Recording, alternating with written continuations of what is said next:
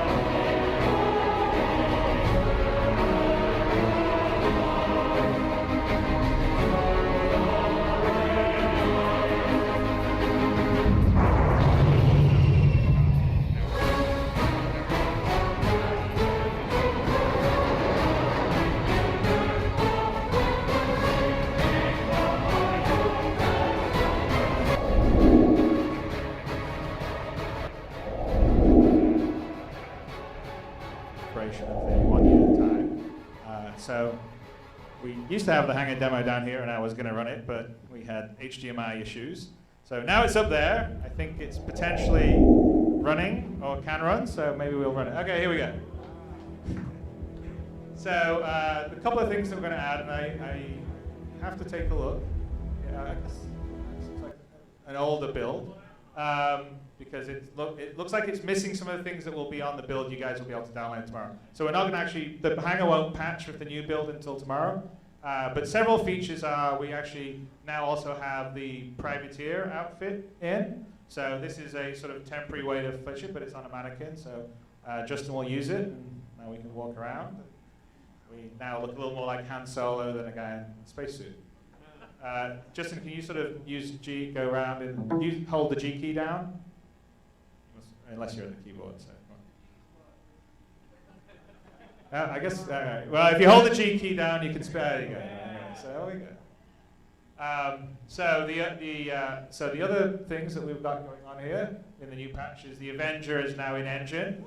Unfortunately, we actually had this working back at the office. I think some of you that wandered around saw this, but for whatever reason, the build at the office, when it went onto the patcher, didn't get all the way in, so we don't have the one. So we're missing some under landing gear, but it will be fixed, and you'll be able to get in and in the cockpit and everything else. But this is beautiful. It's built by Nathan Dearsley, who's our artist based in the UK. Where's Nathan? He's somewhere around here. There you are. Stand up, Nathan.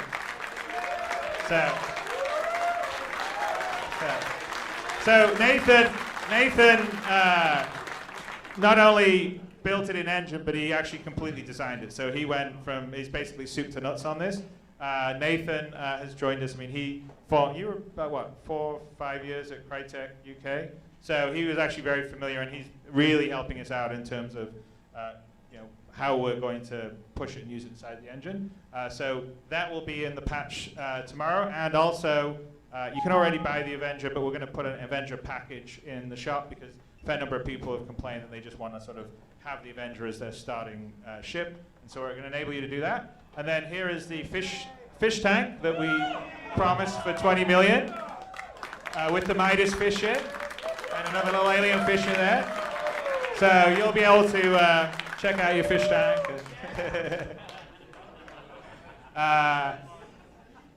Yeah, so and there's going to be a few other things that will be in your hangar, but I can't show you those just yet.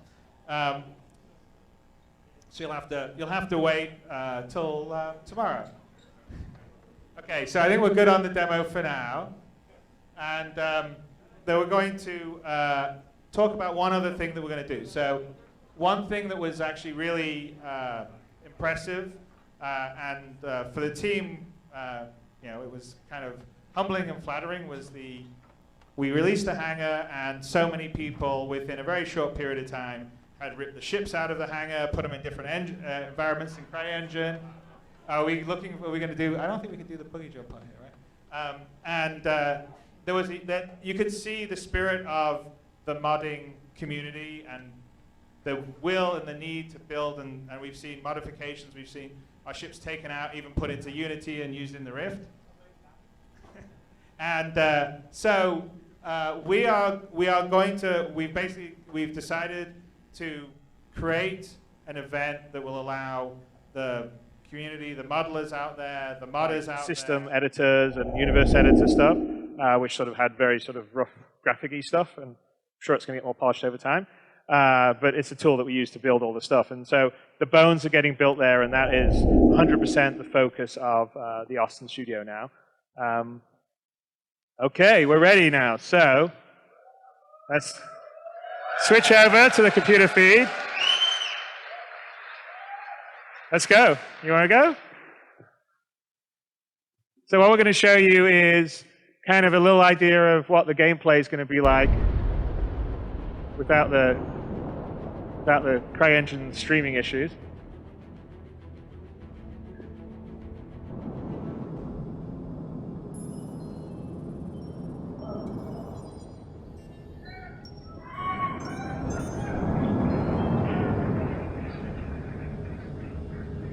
So, and by the way, it's just the beginning of it, really. So, but we have it's the same. It's the multi-ship local physics grid stuff that's working. So, as the same stuff, Sean can get out, and so we just come out of warp outside Stanton, which is the ArcCorp planet. I can't remember which Stanton it is.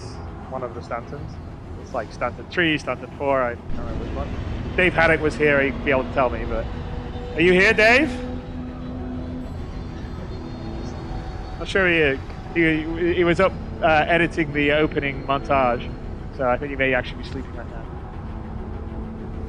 now. But as Paul said, and this is our cargo base that we have inside our constellation, but as Paul said, this is one of the things that we quite think is great, is that we can fly around in the whole environment and then work around in our ship while our ship's flying around. And the prototype we wanted to do is really sort of show you sort of a very early prototype in engine of what it's going to be like when we land on a planet. So do we want to ask for permission when you get a chance? Sure? All right. You've got to sit down. Okay, you can only ask for landing permission when you sit down. ArcCorp Tower, this is commercial vessel Calypso requesting EDL assistance. Thank you for contacting landing. Audio down? Wasn't I heard the like low, right? Can you pull up the audio? Assuming navigation control.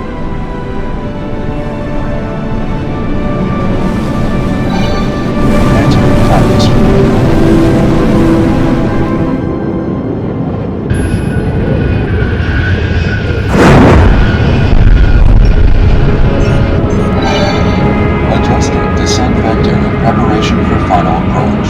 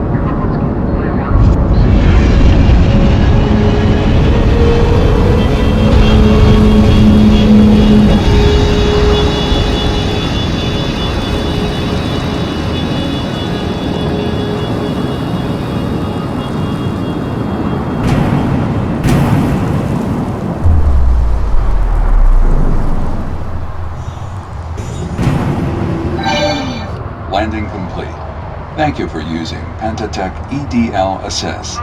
Enjoy your stay on ArcCorp.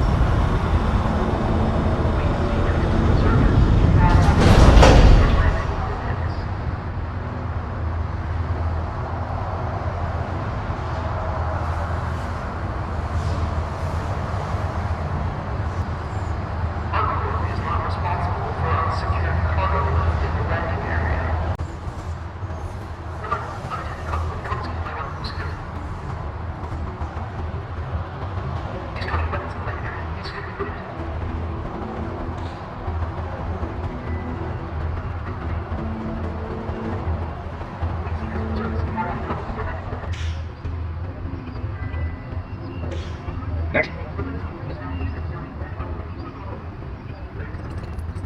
Stand by, starting scan.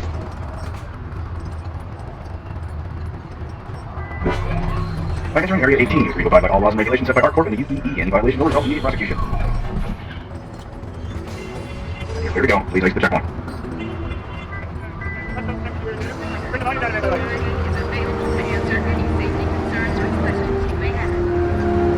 So we bring the volume down a bit. So we just went through sort of kind of the idea would be you'd be flying in space, you'd be in orbit, you'd request landing. That's all. This was all in engine. We'll do a lot better of the transitions coming down, but it's all going to be seamless. You can walk around, look around in your ship as you land.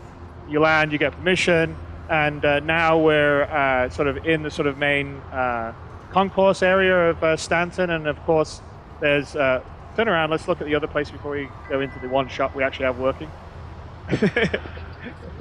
But basically, this is here where you would go. You would go to, buy a ship or buy items, or go to a bar to, get a new mission, or go down a dark alleyway to get a sort of do a black market deal, or get a sort of slightly grey mission.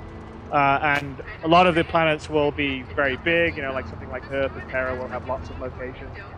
Some will be smaller, like just a landing colony will have a more contained area. But all the places have this level of like incredible. I mean, this isn't just kind of FPS like quality. This is significantly more than you get on any, like even an Xbox One or a PS4. This is sort of another level. I believe 30 million polys at our high point, right? So that's a lot. Now we'll optimize it, but that's a hell of a lot running in. So yeah, I mean, and obviously we're at very early stages. So like in terms of the AI and the cycles of people going around, you're not seeing that level. But as you land on the planet, the actual, the different AI moving around, the characters moving, the NPCs moving around, they'll be there based because of the economy, and they'll be going about their day-night cycle. And if you land on a sort of bustling, successful planet, there'll be a lot of people going about their business. The place will look great. It will be thriving. If you're down on a sort of planet that's sort of not doing so well, then you'll see graffiti and maybe there's more crime and there's not quite as many people. And we're also going to have a fair amount of sort of NPC sort of PvE kind of stuff that's now going to happen on the planet. That was something we weren't originally going to do, but with the full FPS mechanics and system and the modular sort of procedural system that Tony's working on, and remember when we first introduced him, the first game job he had was he was the AI programmer on Ultimate 7. So he loves AI, so he's got this whole massive plan for the economy and how the AI is going to run around in that.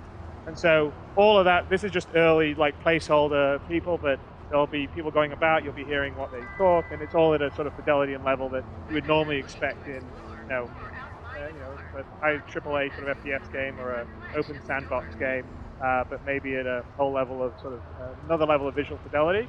But let's go into. So one example would be then we'd go into a shop, Dumpers Depot. I think we've shown a little bit of before. It's a bit more fleshed out, but let's go inside.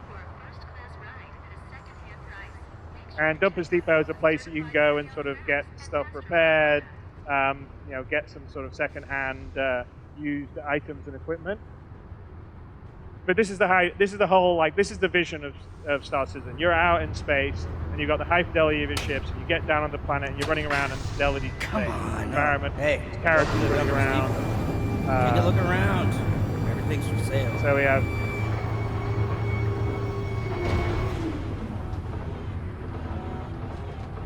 and a shopkeeper. So we can't do much beyond this, but soon we will. But this is really to sort of show you the ambition and the scope and the level of detail that we want to deliver the whole universe. And we are designing and building everything so that we will be able to sort of do stuff at this level on a lot of different planets. It involves some stuff that we'll be talking about going forward. We have this thing which is sort of a module which is called the tier system, that allows us to have different architecture types and put them together fairly quickly. And so it's sort of a pseudo, like partly design, partly procedural system, which is sort of what Tony was alluding to in the Austin piece that he was doing. And anyway, this was a combination of work by the Austin team and the behavior team who built the ArcCorp landing environment and Compass Depot. And there you go. So I hope you like that. It's kind of...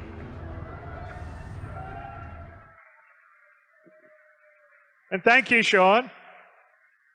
So to give you an idea, the Rise faces were about 10,000 faces or something, and they didn't have the extra set of wrinkle maps or the diffuse map. The diffuse map's what happens when you scrunch and your face gets more red and stuff like that. And so that actually will make a big difference for some of the stuff that I even show here, because if you're, say, pale skin, that makes a bigger difference than if you're dark skin. Having said that, let's show the Morrow tour. So you ready, Liam, back here? Okay, here we go.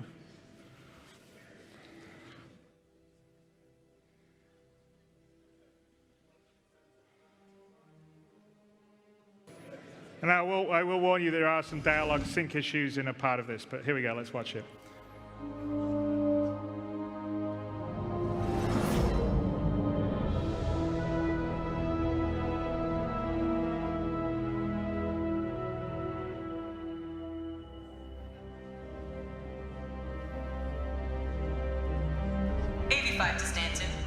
To Stanton. Got a late transfer and a last batch of supplies. Requesting permission to land. Stand by. Hold for landing assignment. You're clear to land. Copy. On approach.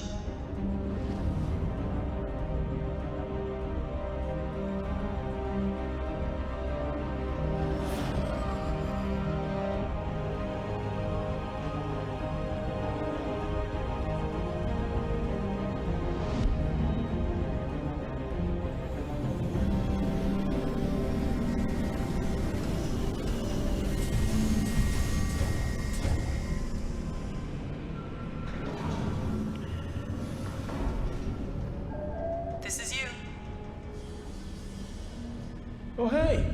You must be the new pilot. Geez, they really got you jammed in here, huh? Welcome to the Stanton. I'm Eugene Morrow, Chief Engineer. Get out the way.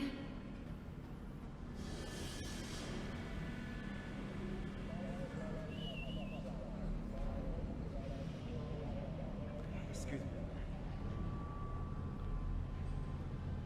What's the number on that one?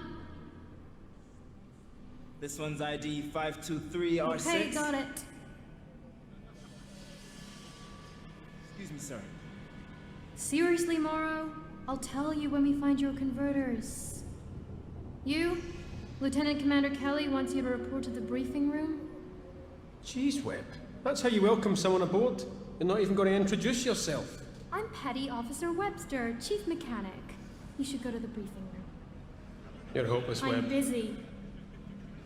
I'm heading to engineering. I can give you the tour. If he has a map, they'll be fine.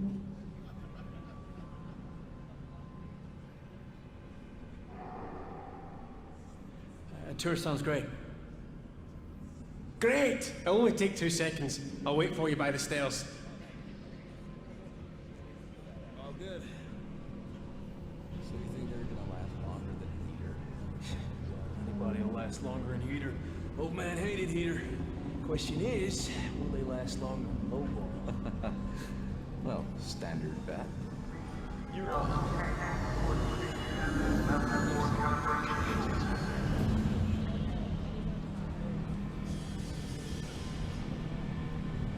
might want to steer.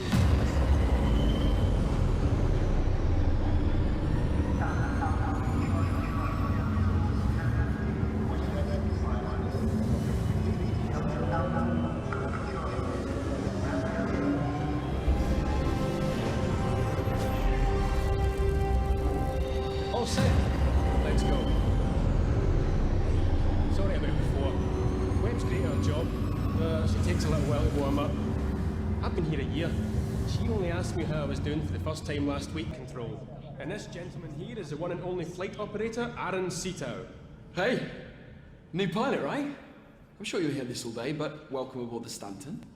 I'm going to be the voice in your head while you're flying. Don't you worry, though. I'll be gentle. Oh, did you hear about Claude? He's on PD. What did he do? No idea, but apparently he really ticked off Kenny. Connie's not going to believe this. Flight Ops, this is AV1. Come back. Better go. AV1, this is Flight Ops. I've got you. Just waiting for some traffic to clear the deck, but we can. We better get out of his hair. Next stop, the main deck. As you can see, the Idris is quite a big ship.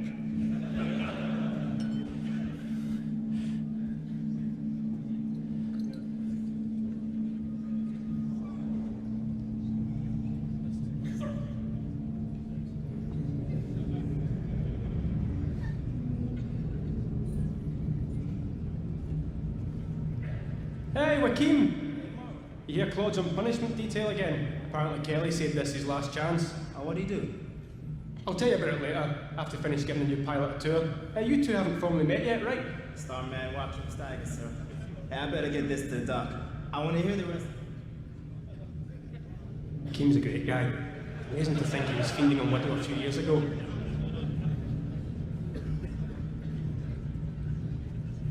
It's running hot. There's something missing.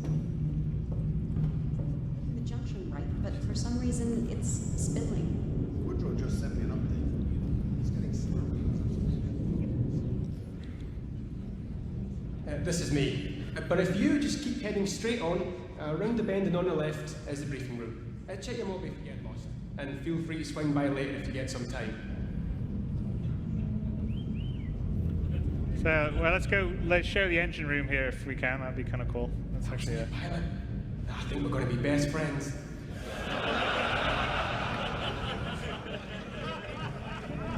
By the way, if you haven't figured it out, Morrow's the gossip aboard the ship.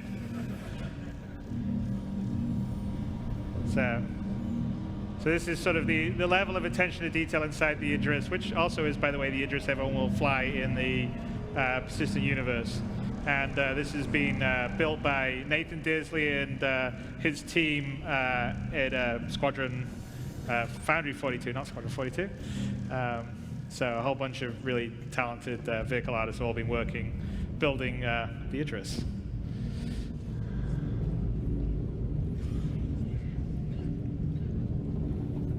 I think this is one of the airlocks that goes to the outside. There.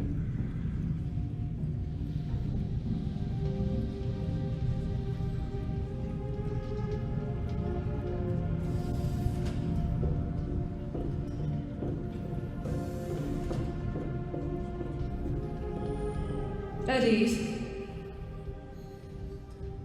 Now, Captain White likes to meet everybody who comes aboard his ship, but I wanted to have a quick word first. So why don't you take a seat?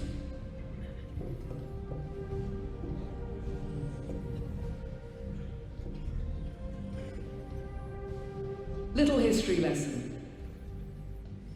Sealed in 2872, the Stanton is an Aegeus Idris-class frigate.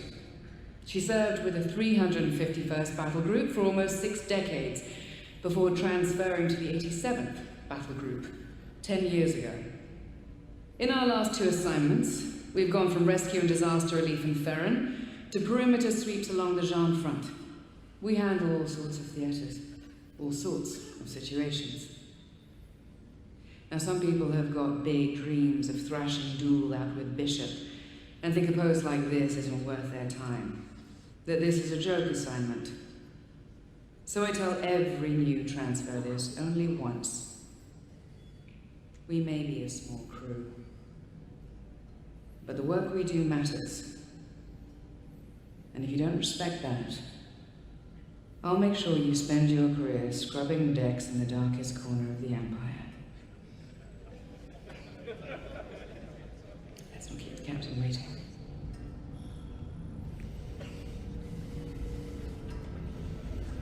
Right, so,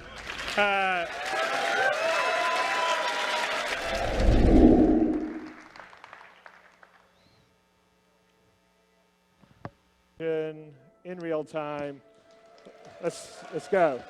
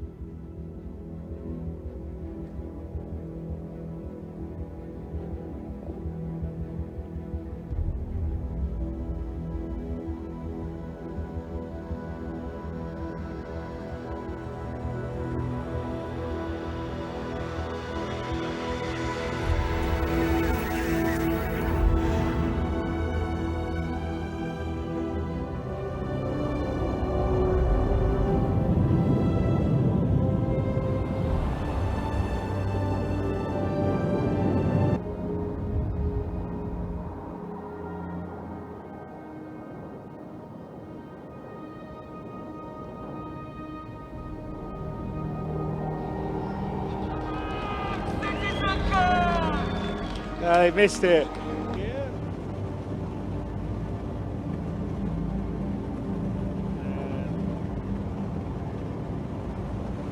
You know, it's a little compressed. Handily, we've got the Constellation Killer, so we have a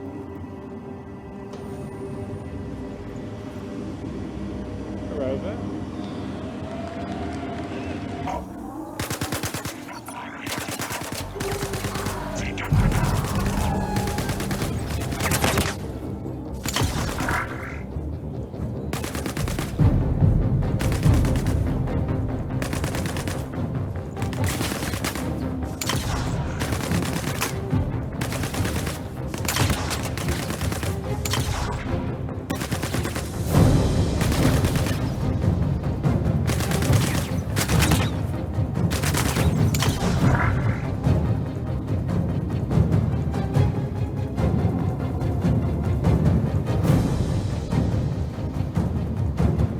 The music changing here is all part of the dynamic music logic system.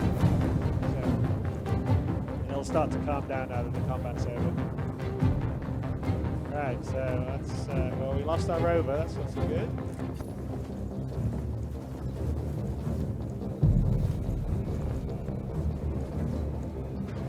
Find our shot moment. There we go.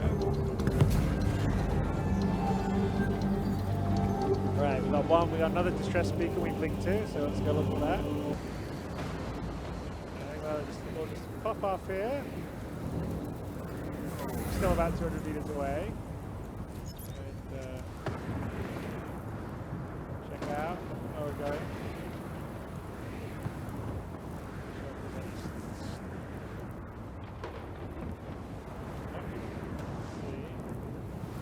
Hang on a second. Like there's a sad nomad. So should we shoot him? Alright.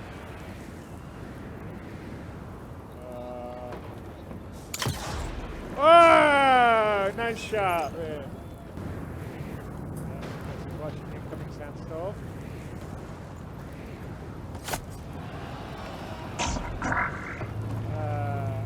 That looks like it's getting close. Okay, let's get out of here. Shit. Come on, hurry up, Vince. Go quick. Okay, jump.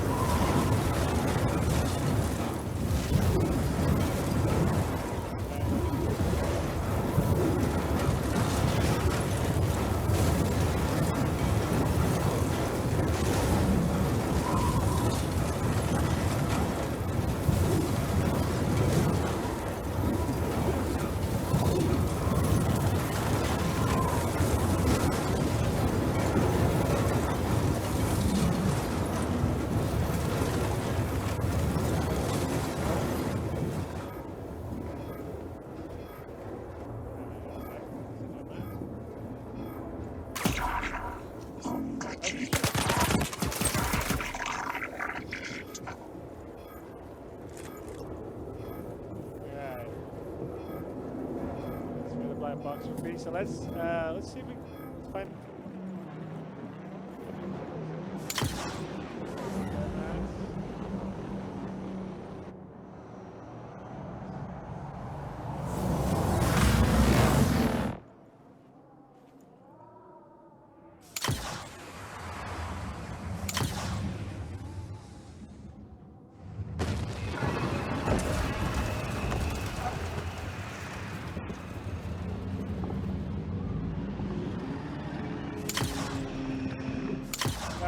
Maybe that's not such a good idea.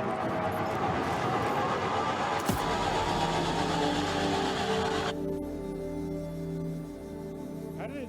Okay, that's the first time it's ever done that. But you get to see the pull-out twice now. How did it go to the console? Did you get a key or anything?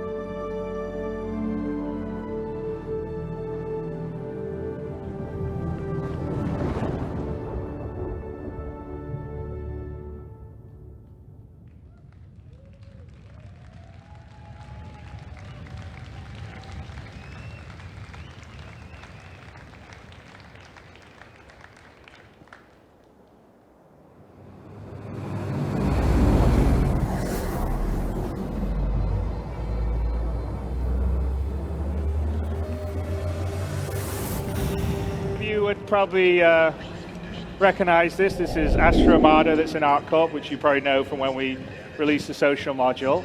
And one of our challenges is that, you know, the new paradigm of Star Citizen is you can go to all these planets, you can explore all the planets. We're not just going to have a cutscene to go down to the surface and have a very limited landing area. So the old ArcCorp, you basically were in a sort of well-detailed first-person small level, and everything outside of it was sort of a, you know, kind of this, you know, it was basically faked. And in the new way, the new planetary tech we can't. So here we are in Astra Armada. The Raven's there, which is the you know, the spaceship that goes with the Octane. And beyond 3.0, we're going to add the ability to buy or lease ships. So that would be, you know, the first place you're probably doing that would actually be on ArcCorp in the Astra Armada store. And of course, you're also seeing some level of our subsumption AI going on, which is also something we're continually working on improving. And next year, it will be even more self-aware. Right, let's head out.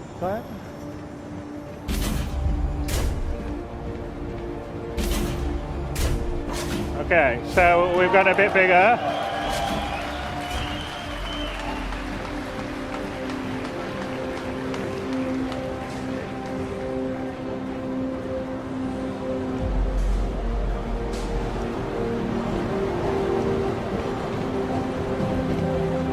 And the big difference with ArcCorp that we have now is that there isn't really a skybox. Everything is real. So, well, not real, it's digital, but it's there. It's a digital thing. So let's just head through the main plaza of Area 18 here in ArcCorp, which, like I said, you guys will have known from the social module, although it's quite a bit different than it was in terms of scope, scale. Obviously, you can see a lot of the advertising and vibe stuff. Let's head out through the customs.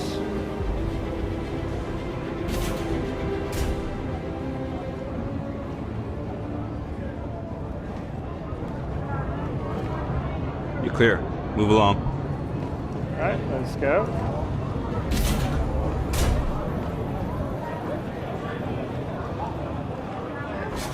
So everyone's in a line, as always, if you're going anywhere to get through immigration. Here we go, the main flying pass.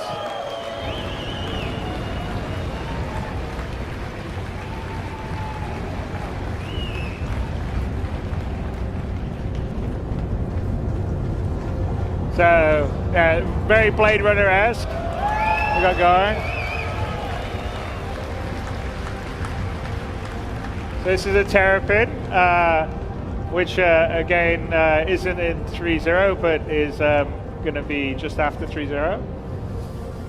Although I think we should probably, Glenn, shouldn't really. Let's start at the small amount, right? The new Aurora, perhaps.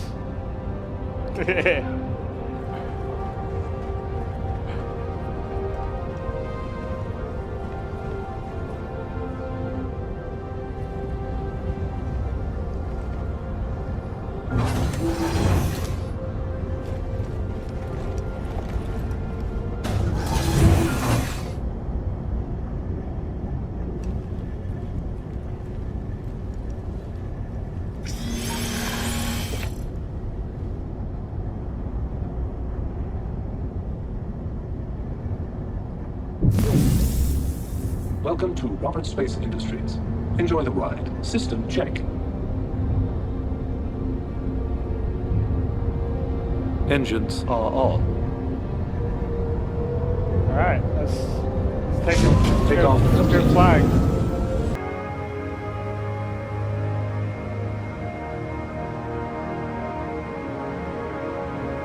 Landing gear deployed.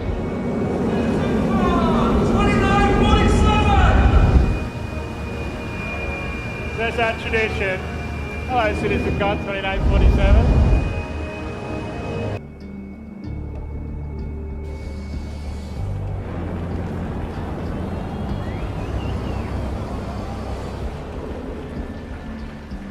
Glenn's just showing off.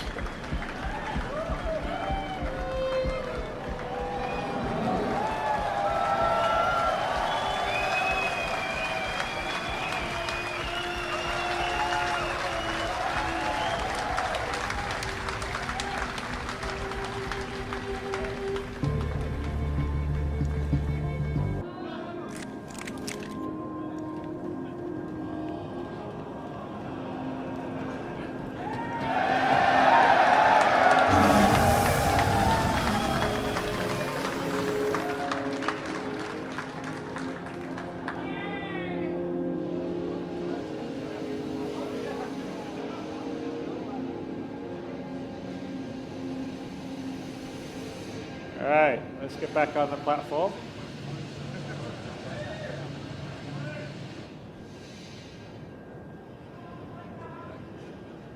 Well, no, his EVA counters the gravity. Plus, gravity is much weaker up here than it's down on the planet. But the gravity is actually properly simulated all the way through, based on your distance from the center of the planet. Get on.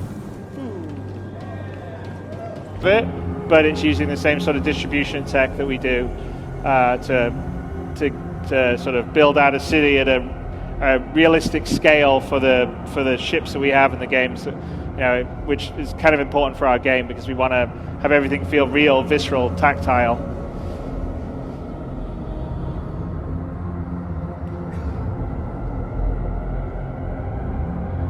And you can sort of appreciate just the sheer scale of these planets because, you know, off in the distance, Hurston didn't look very big, and now we're flying through it, and you know, it's you know, these are pretty tall, big buildings.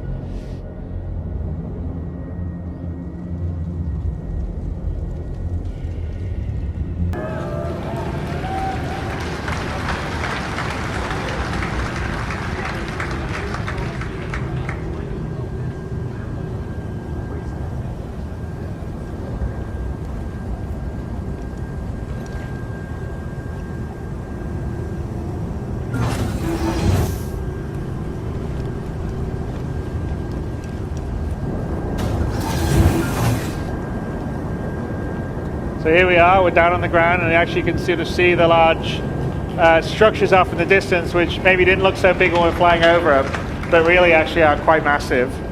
And this is kind of like the kind of tundra area outside Lorville. And let's go for a little run.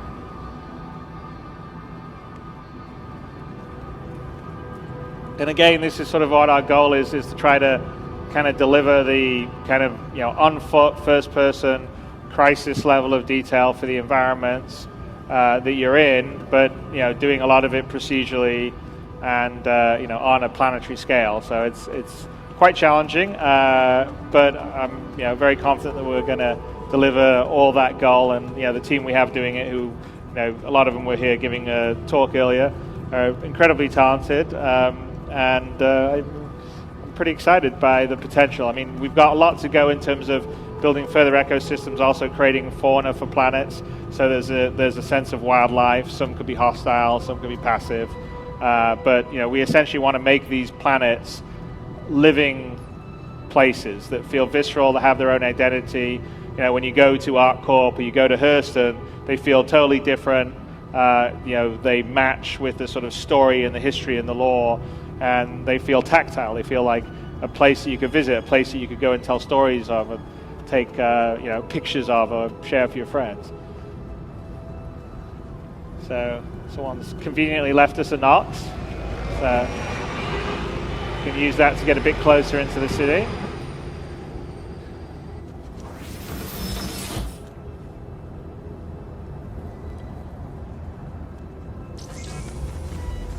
Systems activating. Systems on.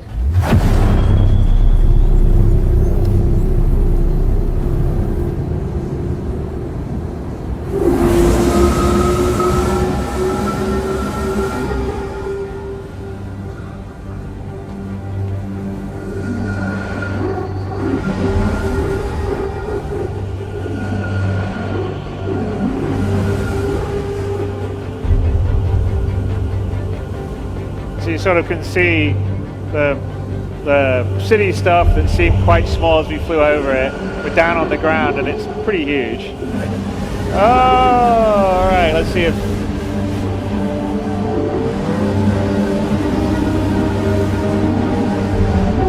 Oh! Glenn, you're just showing off now.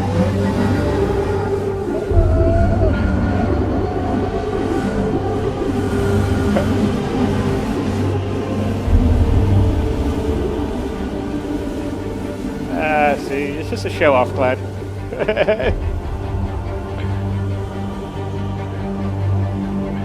I don't think it's that good of a show-off. So here we're sort of coming to the outskirts of one of the factory areas of Lorville.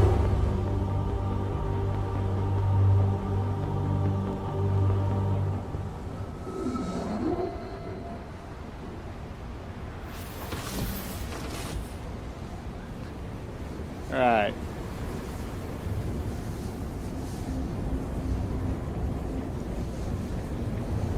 And again, we just have the beginnings of sort of our NPC population system. So some of the other stuff besides the interior procedural stuff is, longer term we're working on sort of a background crowd simulation system, a traffic simulation for ships coming and going in the background. The Nox says it sounds a little physics bugs going on. Then we have foreground NPCs that would be like mission givers that have their own full schedules and stuff like that. But all the places will get populated and feel like they're full of life. So you'll have like I said, the whole goal is to have 90% NPCs to 10% players in the universe. And when you come to a place like Lorville or a place like ArcCorp, it has to feel like, it has millions of people in it because these cities are that scale and that's sort of what we're used to. And so we're working very hard to build background systems to be able to do that, scale it, create them on demand, and create a realistic feeling location on whatever planet you're visiting. So as you can see, there's the Hurston Dynamics main building off in the distance. So it's again, that gives you a sense of like the scope and the scale of the city really is.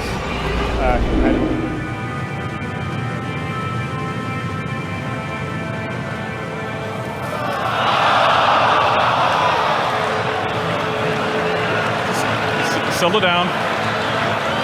Glenn. Heal yourself. Yeah, you better get that med pen. Do we get any?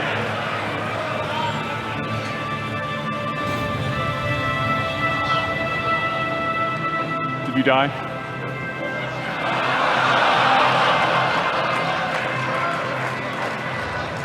Oh.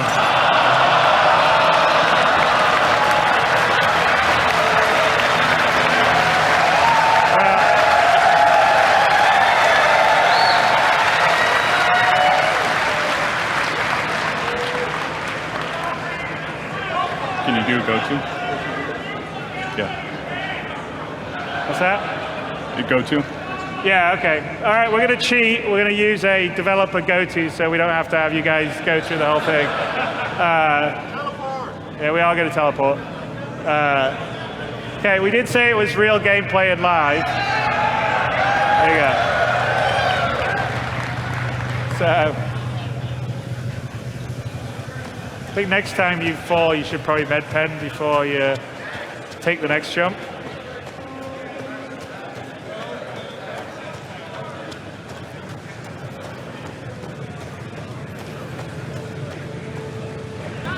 You got it.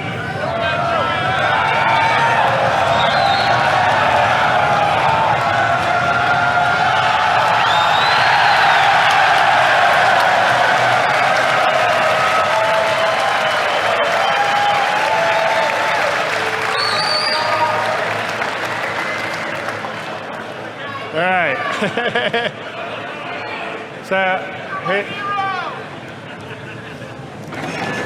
So again, you're looking for a prototype blade.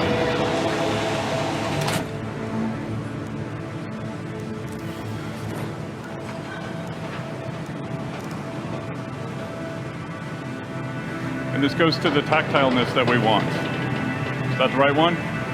So it's Nope. TDC 470. No, Nope. we need it.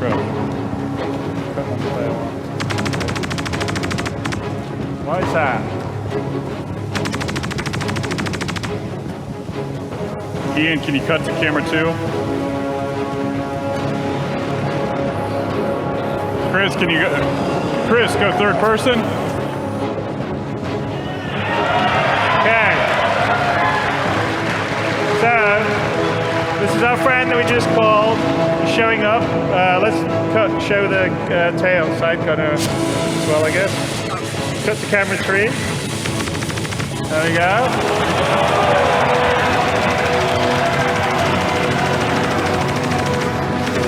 So this is the Anvil Valkyrie, and it is the first camera 2, first straight to flyable ship that we've done.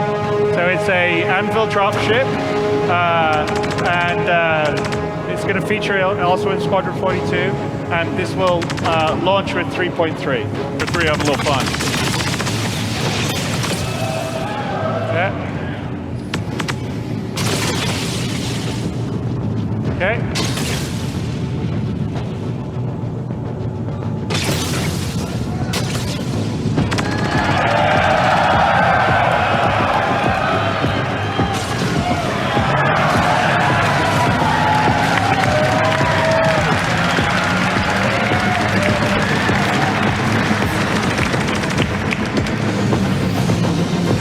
And this is I guess, the military, the version of the temporal cyclone, which is also going live with 3.3. Yep.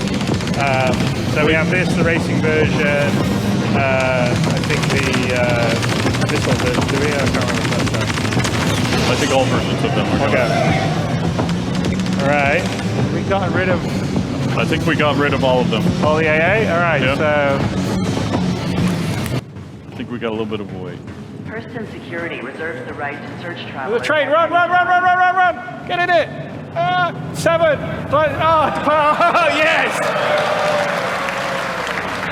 You made up for your 2 jumps, buddy. It's literally a 5-minute wait on the perimeter. So that was good, because we're running behind schedule anyway, so in the short term, because ships themselves. Well, let's you try them out. Yeah, let's try them out, and they also cost money, so it's an opportunity to rent something, to use it, figure it out. So here's a new deal. A couple of, obviously, ships that are coming in 3.3. There's the Phoenix, sitting right there, the new Mustang. And of course, to the right is, it's just a pretty looking ship. Yeah, the Hammerhead. The big boy.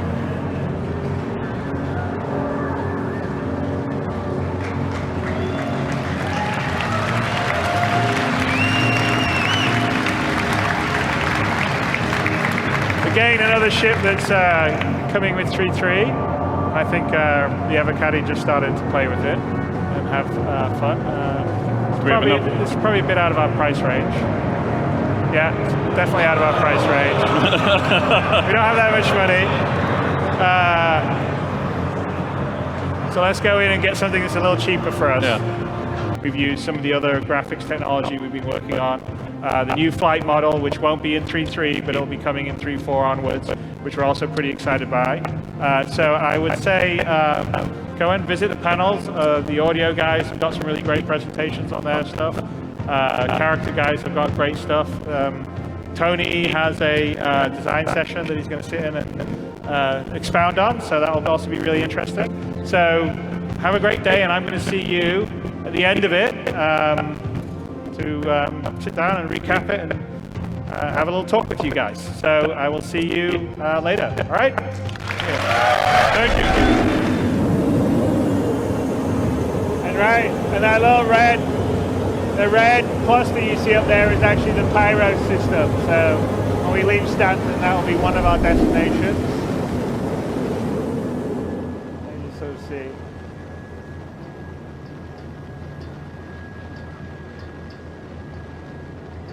Yeah.